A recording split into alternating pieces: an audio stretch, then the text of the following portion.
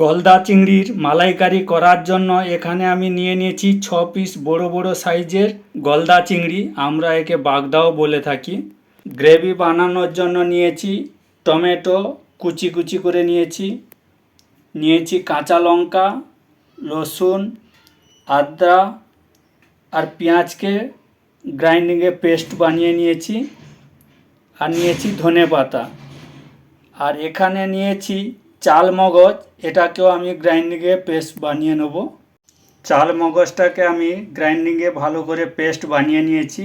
আর এখানটায় ধুয়ে রাখা চিংড়ি মাছের খোসাগুলো ভালো করে এবার আমি পরিষ্কার করে ছাড়িয়ে নেব।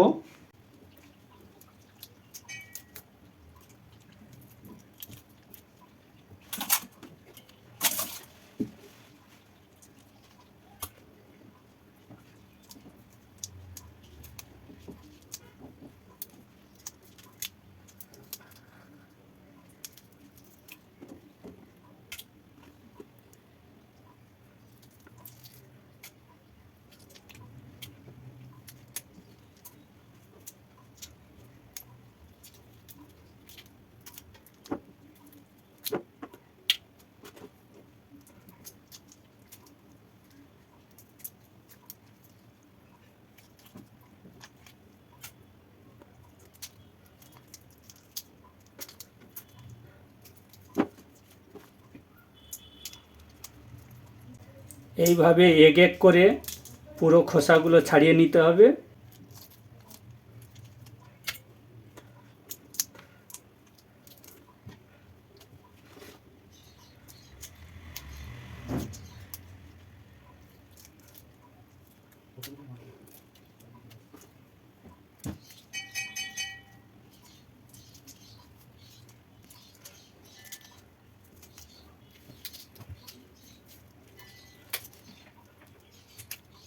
এভাবে এক এক করে সবগুলো ছাড়ানো হয়ে গেছে খোসা। এইবারে এই বাগদাগুলো একটা পাত্রে নিয়ে হলুদ হাফ চামচ, লবণ হাফ চামচ দিয়ে মাখিয়ে ম্যারিনেট হওয়ার জন্য 5 মিনিট রেখে দেবো। এবার আমি গ্যাসটা অন করে কড়াই বসিয়ে দিলাম। কড়াইটা গরম হয়ে গেছে, এবার আমি এতে দিয়ে দেবো সর্ষের তেল 2 চামচ। কড়াই গরম হয়ে গেছে, এবারে এখানটায় মশলা মাখানো ম্যারিনেট করা চিংড়ি মাছগুলো বাগদাগুলো ভালো করে ফ্রাই করে নেব।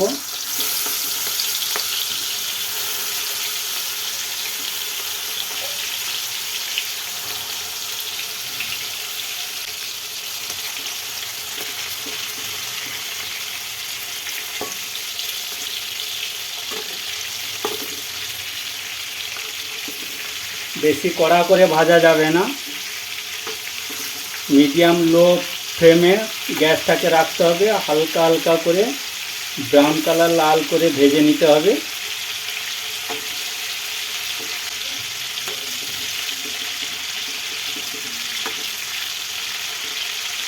বেশি কড়া করে ভাজলে আবার শক্ত হয়ে যাবে মাছগুলো।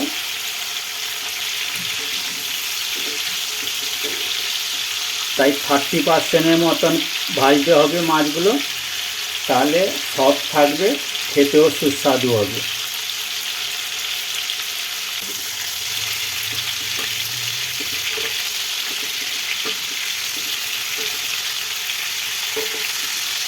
মাছগুলো আমার ভালো করে ভাজা হয়ে গেছে। এবার মাছগুলো নামিয়ে নিয়ে এই তেলেই মশলাগুলো আমি কড়া করে ভেজে নেব। তার জন্য আমি প্রথমে পেঁয়াজগুলো দিয়ে দিলাম,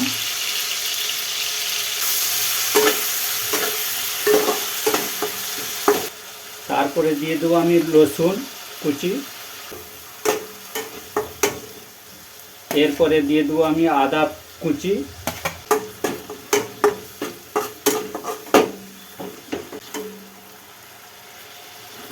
এরপরে আমি দিয়ে দেবো কুচিয়ে রাখা কাঁচা লঙ্কা,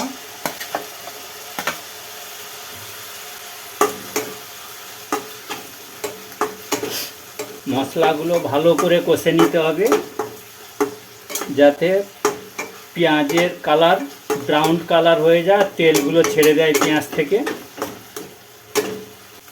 পেঁয়াজগুলো এবারে ভাজা হয়ে গেছে, ব্রাউন কালারও হয়ে গেছে আর তেল ছেড়ে দিয়েছে। এবার আমি এতে দিয়ে দেবো টমেটো কুচি,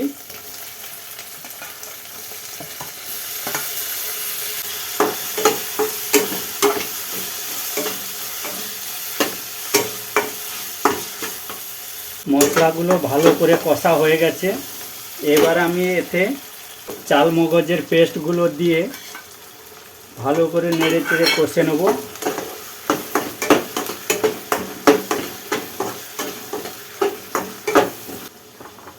মশলাগুলো কষা হয়ে গেছে। এবার আমি দিয়ে দেবো 1 চামচ হলুদ, লঙ্কার গুঁড়ো 1/2 চামচ, লবণ দিয়ে দেবো স্বাদ অনুসার, তার পাউডার দিয়ে দেবো কালারের জন্য 1/2 চামচ, গরম মশলা দিয়ে দেবো সামান্য। এবার মশলাটা ভালো করে নেড়ে চেড়ে পাকিয়ে নিতে হবে। মশলাগুলো কষা হয়ে গেছে। এবার এতে 1 বাটি জল দিয়ে দেবো।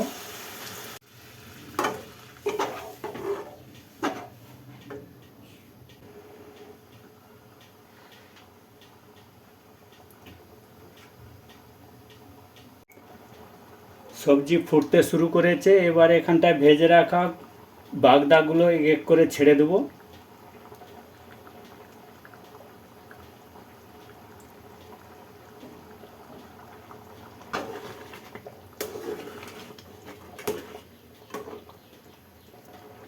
দিয়ে 5 মিনিট ফুটতে দেবো। সবজি 5 মিনিট টকবক করে ফুটছে। আমার সবজিও তৈরি হয়ে গেছে, পুরো কমপ্লিট। এবারে আমি এর উপরে ধনে পাতাগুলো ছড়িয়ে দেবো।